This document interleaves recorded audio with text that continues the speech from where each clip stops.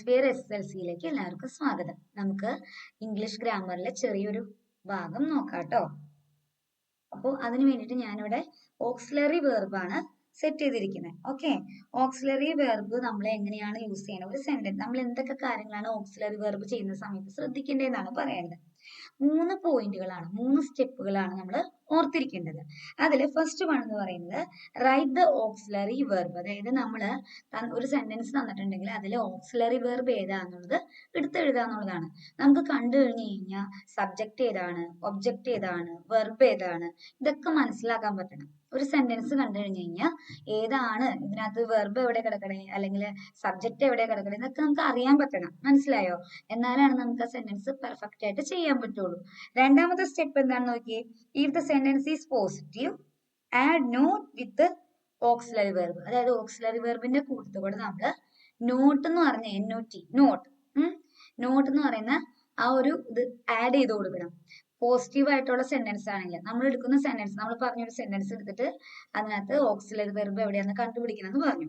അതുപോലെ sentence positive ആയിട്ടാണ് കിടക്കണമെന്നുണ്ടെങ്കിൽ, positive സെൻസിൽ കിടക്കുന്ന ഒരു സെന്റൻസ് ആണെന്നുണ്ടെങ്കിൽ നമ്മൾ എന്ത് ചെയ്യണം, അതിനകത്ത് എന്തും കൂടി ആഡ് ചെയ്ത് കൊടുക്കണം, നോട്ട് എന്നും കൂടി ആഡ് ചെയ്ത് കൊടുക്കണം.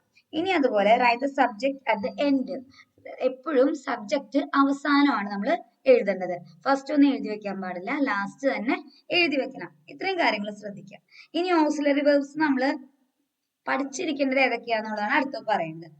ആം, were, has, shall, can, may, could, is, being, have, will, might, does, പിന്നെ തന്നെ are, been, had, must, do. കണ്ടോ, ഇതൊക്കെ നമ്മൾ പഠിച്ചിരിക്കേണ്ട ഓക്സിലറി വെർബ്സ് ആണ്. ഇതൊക്കെ കണ്ടു കഴിഞ്ഞാൽ നമുക്ക് ഓക്സിലറി വെർബ് ആണ് അറിഞ്ഞിരിക്കാൻ പറ്റണം. ഓക്കെ, ഇനി നിങ്ങൾ ക്വസ്റ്റ്യൻ നോക്കിക്കേ. നമ്മുടെ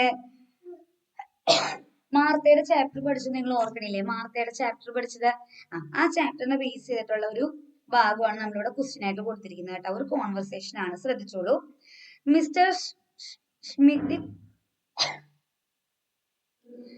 Schmidt, Martha is going to win this scholarship jacket this year.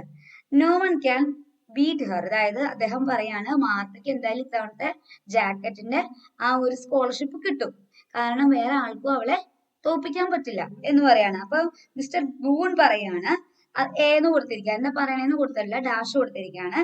അപ്പൊ നിങ്ങൾ ഏയിൽ എന്താ കൊടുക്കണ്ടേ? Martha is Mexican. മാർത്ത ഒരു മെക്സിക്കൻ ഗേൾ ആണ്. മനസ്സിലായോ? മാർത്ത എന്ന് പറയുന്നത് ഒരു മെക്സിക്കൻ ഗേൾ ആണ്. അപ്പൊ അത് എഴുതാം. I don't think the management is happy with Har. എന്നിട്ട് പറയാണ്, ഈ ബൂൺ എന്ന് പറയുന്നത് ആരാണ്? മുത്തശ്ശനാണ് കേട്ടോ. ഓർമ്മയുണ്ടാവുമല്ലോ അല്ലെ നിങ്ങൾക്ക്? മുത്തശ്ശൻ പറയാണ് അവളൊരു മെക്സിക്കൻ ആയതുകൊണ്ട് മാനേജ്മെന്റിന് അവൾക്ക് ആ സ്കോളർഷിപ്പ് കൊടുക്കാനായിട്ട് താല്പര്യം ഉണ്ടാവാൻ സാധ്യതയില്ല എന്ന് പറയാണ്. അപ്പോ മറ്റേ ആള് പറയാണ്, what's wrong is being A Mexican. ഒരു മെക്സിക്കൻ ആയതുകൊണ്ട് എന്താ പ്രശ്നം? She deserve the jacket. അതായത് അവൾക്ക് ആ ജാക്കറ്റ് കിട്ടാനുള്ള അർഹതയുണ്ട്. ഡിസേർവ് എന്ന് വെച്ച് കഴിഞ്ഞാൽ അർഹതയുണ്ടെന്നാണ്. അപ്പൊ മുത്തശ്ശൻ പറയാണ്, but John's father is in the board. അതായത് ജോൺസ് ഫാദർ എന്ന് പറയാൻ, ജോൺസ് എന്ന് പറയുന്നത് ആ കുട്ടിയുടെ ക്ലാസ്മേറ്റ് ആണ്. അപ്പൊ അവർക്കൊക്കെ എന്ന് വെച്ച് കഴിഞ്ഞാൽ മെക്സിക്കൻ ആയിട്ടുള്ള ആളുകളോട് എന്താ ഒരു ഇഷ്ടക്കുറവുള്ള കൂട്ടത്തില്. അപ്പൊ അയാളാണ് ബോർഡിൽ ഒരു അംഗം എന്ന് പറയാം. എന്നിട്ട് പറയാണ് ഈസ് ഇൻ ഹി. ശ്രദ്ധിച്ചോ, ഈസ് ഇൻ ഹി എന്ന് കൊടുത്തേക്കണോ? അവിടെ സെന്റൻസിനെ നെഗറ്റീവ് ആക്കി വെച്ചിരിക്കുകയാണ്. ഇനി നോക്കിക്കേ, എന്നിട്ട് പറയാം, so what if Martha top in her studies. അപ്പൊ പറയാ അതുകൊണ്ട് എന്താണ്, ഏറ്റവും ടോപ്പായിട്ട് സ്റ്റഡീസിൽ ഏറ്റവും ടോപ്പായിട്ടുള്ള ആൾക്ക് കിട്ടേണ്ട ഒരു സ്കോളർഷിപ്പ് ആണ് ആ ജാക്കറ്റ് എന്ന് പറയുന്നത്. അതിവിടെ ആർക്ക് കിട്ടിയിട്ടുണ്ട്? കിട്ടാനുള്ള അർഹതയുണ്ട്. ആർക്ക്?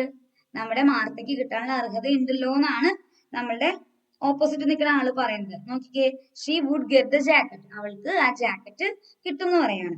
അപ്പൊ ബൂൺ പറയാണ്, I know Martha deserve it, but എനിക്കറിയാം അവൾക്ക് അത് കിട്ടാനുള്ള അർഹത ഉണ്ടെന്ന് അറിയാം, പക്ഷേ എന്ന് പറഞ്ഞിങ്ങനെ ഒരു ഗ്യാപ്പ് ഇടാണ്. How can we challenge the board? നമുക്ക് എങ്ങനെയാണ് ബോർഡിനെ, സ്കൂൾ മാനേജ്മെന്റിനെ നമുക്ക് എതിർക്കാൻ പറ്റില്ല. അവരൊരു ഫൈനൽ ഡിസിഷൻ എടുത്തു കഴിഞ്ഞാൽ നമുക്ക് അതിലൊരു ചേഞ്ച് വരുത്താൻ പറ്റില്ല. മനസ്സിലായോ? അപ്പോ സ്മിത്ത് പറയാണ്, no need to challenge the board. ബോർഡിനെ ചാലഞ്ച് ചെയ്യേണ്ട ആവശ്യമൊന്നുമില്ല. Let's ask them to be honest in this matter. ഈ ഒരു കാര്യം ശരിയായ രീതിയിൽ ഹോണസ്റ്റ് ആയിട്ട് എന്ന് വെച്ച് കഴിഞ്ഞാൽ സത്യസന്ധമായിട്ട് ഇതിനുള്ള ഒരു എന്താ പറയാ തീരുമാനം എടുക്കാൻ അവരോട് പറഞ്ഞാൽ മതി. അല്ലാതെ അവരുടെ അടുത്ത് ആർഗ്യുമെന്റ്സിന് നിൽക്കണ്ടെന്ന് അദ്ദേഹം പറയാണ്.